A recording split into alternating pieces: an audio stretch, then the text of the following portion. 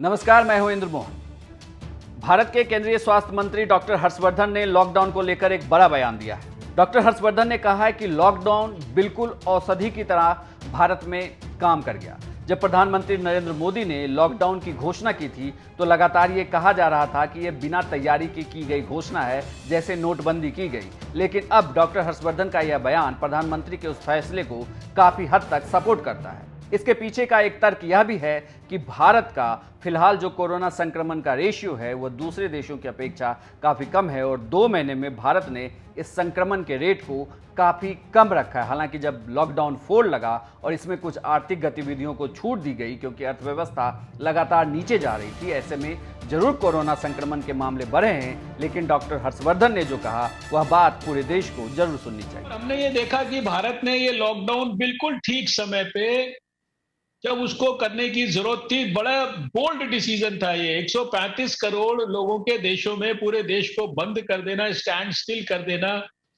सारे हवाई जहाज बंद कर देना, सारी रेलें बंद कर देना, सारे दुकानें बंद कर देना, सारे शॉपिंग मॉल सब कुछ बंद कर देना, एजुकेशनल इंस्टीट्यूशन बंद कर देना और सारे देश को कहना कि आप घर के अंदर रहो।